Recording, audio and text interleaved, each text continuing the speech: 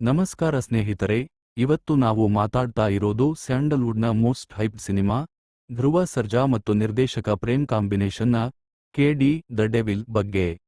ಪ್ರೇಮ್ ಅಂದಮೇಲೆ ಅಲ್ಲಿ glamour, mass elements ಮತ್ತು ಎಮೋಷನ್ಸ್ಗಳ ಒಂದು ಪಕ್ಕಾ ಪ್ಯಾಕೇಜ್ ಇರುತ್ತೆ ಅನ್ನೋದು ನಮಗೆಲ್ಲ ಗೊತ್ತೇ ಇದೆ. ಸ್ಕೇಲ್ ಯಾವಾಗಲೂ ದೊಡ್ಡದಾಗಿ ಇಟ್ಟು ಸಿನಿಮಾ ಮಾಡೋ ಪ್ರೇಮ್ ಅವರು ಈ ಬಾರಿ ನಮ್ಮನ್ನ ಅಷ್ಟೇ ಮಟ್ಟಕ್ಕೆ ಹಿಡಿದಿಟ್ಟುಕೊಳ್ಳುವಂತಹ ಕಂಟೆಂಟ್ ಕೊಟ್ಟಿದ್ದಾರಾ? ಮಾರ್ಟಿನ್ ಮತ್ತು ಪೊಗರು ನಂತರ ಧ್ರುವ ಅವರು ಕಾಯ್ತಾ ಇರೋ ಆ ಸ್ಟ್ರಾಂಗ್ ಕಂಬ್ಯಾಕ್ ಈ ಸಿನಿಮಾದಿಂದ ಆಗುತ್ತಾ ಅನ್ನೋದನ್ನ ಈ ವಿಮರ್ಶೆಯಲ್ಲಿ ನೋಡೋಣ. ಈ ಸಿನಿಮಾದ ಕಥೆ 1970 ಮತ್ತು 80ರ ದಶಕದ ಬೆಂಗಳೂರಿನ ಅಂಡರ್ವರ್ಲ್ಡ್ ಹಿನ್ನೆಲೆಯಲ್ಲಿ ನಡೆಯುತ್ತದೆ.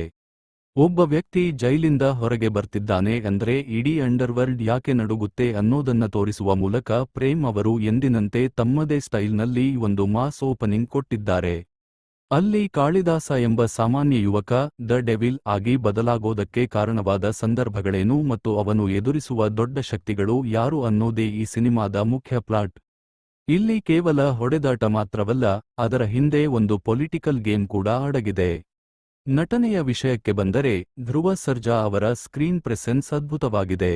ಲಾಂಗ್ ಹೇರ್, ರಗಡ್ ದಾಡಿ ಮತ್ತು ಬೆಲ್ ಬಾಟಮ್ ಪ್ಯಾಂಟ್ನಲ್ಲಿ ಅವರು ಪಕ್ಕಾ ಹಳೆ ಕಾಲದ ರೌಡಿಯಂತೆ ಕಾಣಿಸ್ತಾರೆ.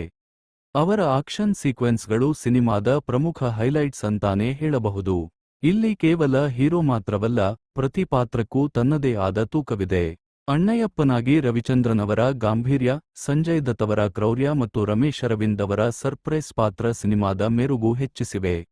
ರೀಶ್ಮಾ ನಾನಯ್ಯ ಅವರ ಎನರ್ಜಿ ಚೆನ್ನಾಗಿದ್ದರೂ ಧ್ರುವ ಮತ್ತು ರೀಶ್ಮಾ ಅವರ ಕೆಲವು ಸೀನ್ಸ್ಗಳು ಸ್ವಲ್ಪ ಓವರ್ ಡ್ರಮ್ಯಾಟಿಕ್ ಅಥವಾ ಲೌಡ್ ಅನಿಸಿ ಕಿರಿಕಿರಿ ಉಂಟುಮಾಡುವ ಸಾಧ್ಯತೆ ಇದೆ.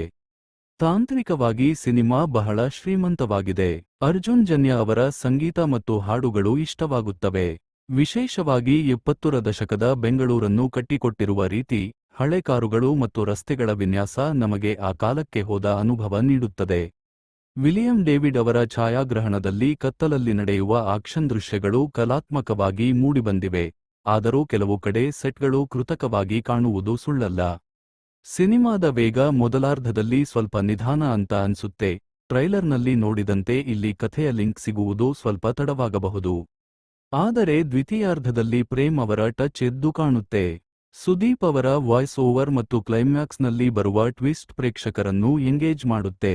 ಮುಂದಿನ ಭಾಗಕ್ಕೆ ಪೀಠಿಕೆ ಹಾಕುವಂತೆ ಸಿನಿಮಾ ಒಂದು ಕ್ಲಿಫ್ ಹ್ಯಾಂಗರ್ ಮೂಲಕ ಎಂಡ್ ಆಗುತ್ತೆ.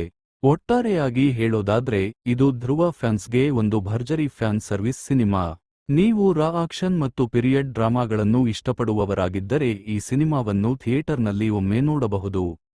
ಸಿನಿಮಾ ನೋಡಿದ ಮೇಲೆ ನಿಮಗೇನನ್ನಿಸಿತು ಅನ್ನೋದನ್ನ ಮರೆಯದೆ ಕಾಮೆಂಟ್ ಮಾಡಿ ತಿಳಿಸಿ.